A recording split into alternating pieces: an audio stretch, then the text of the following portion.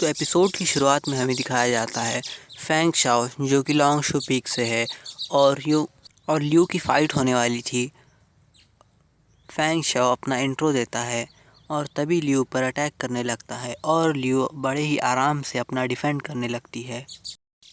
Fang Shao उस पर लगातार अटैक करते ही जा रहा था पर ल्यू बहुत ही आराम से खड़े होकर उसका डिफेंड कर रही थी। फिर फैंग ल्यू के चारों तरफ से क्रिस्टल बना देता है और उसे घेरने की कोशिश करता है, लेकिन ल्यू बहुत ही आसानी से अपने शॉट से वो क्रिस्टल तोड़ देती है और फैंग शाओ को हरा देती है।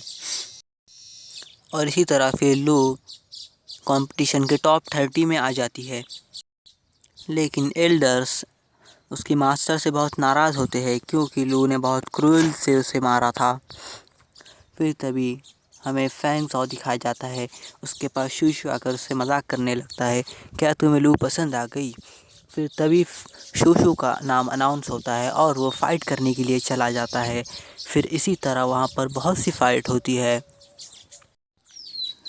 फिर ये लोग कंपटीशन ख़त्म होने के बाद एक ब्रिज से दूसरी तरफ जा रहे थे। फिर जाते जाते फैंग शाओ अपना बोर्ड पर नाम देखता है और वहाँ पर टियान का भी नाम देखता है, यानी कि गोल्ड फिश का, और वो बहुत खुश हो जाता है क्योंकि कल टियान का मैच था।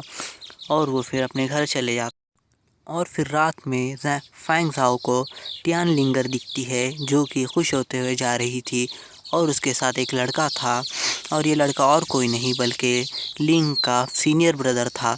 और ये देखकर फैंग शाओ को बहुत ही बुरा लगता है और फैंग शाओ अपने बचपन को याद करने लगता है कि कैसे वो दोनों एक साथ रहा करते थे। फिर झाओ फैंग वहाँ पर नहीं जाता और वहीं पर बैठ जाता है।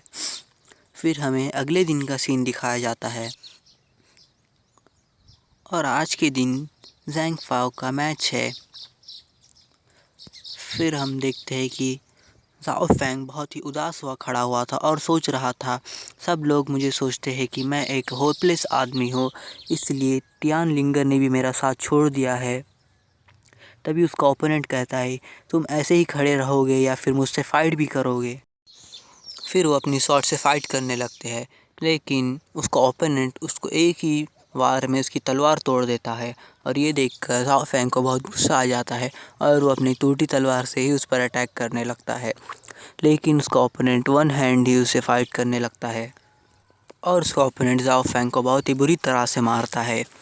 फिर झाओ फैंग अपनी वो स्टिक निकालता है और उससे लड़ने की कोशिश करता है। उसका ओपोनेंट उसका बहुत मजाक उड़ाता है, क्या तुम्हारे पास कोई और वेपन नहीं था तो तुम ये बकवास लकड़ी उठाकर ला लिए हो।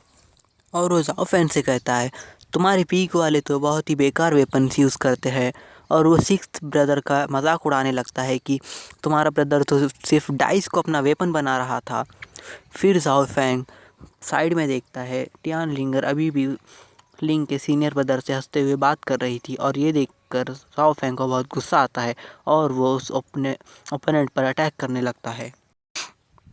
फिर वो दोनों में बहुत ही आइकॉनिक लेवल की फ़ाइट होने लगती है।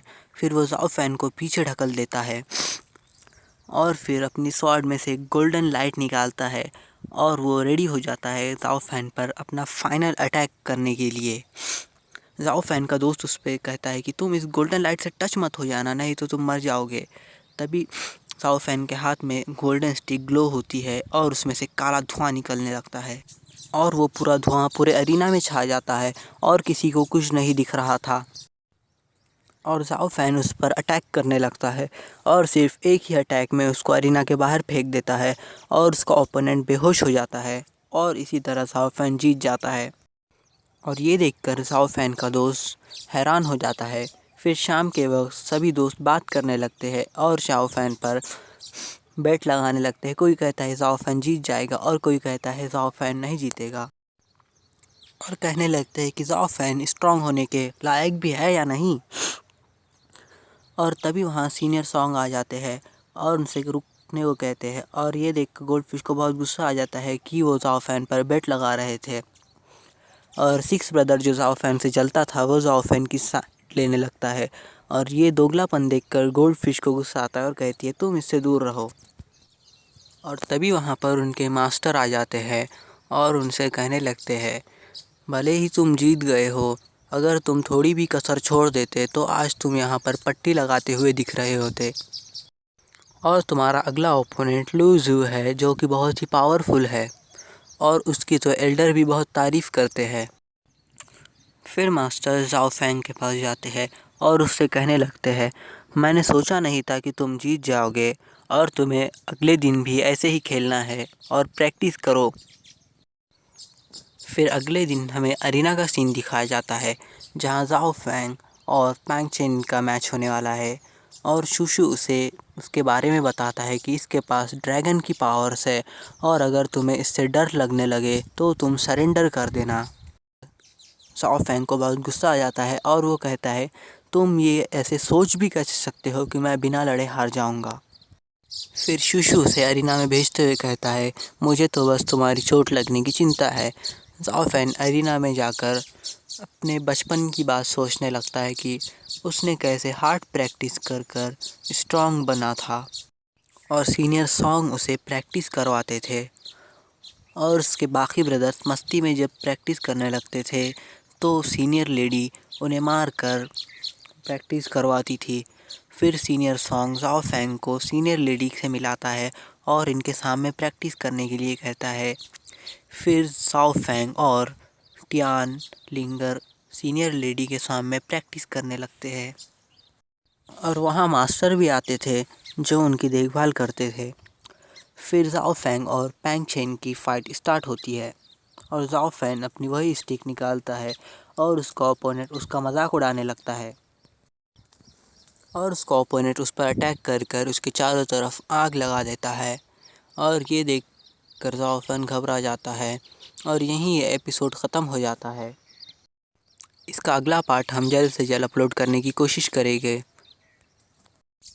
और आप भी अपना सपोर्ट दिखाकर हमें लाइक शेयर सब्सक्राइब करना मत भूलिए। और अगर आपको ये सीरीज़ पसंद है तो कमेंट में ज़रूर बताना।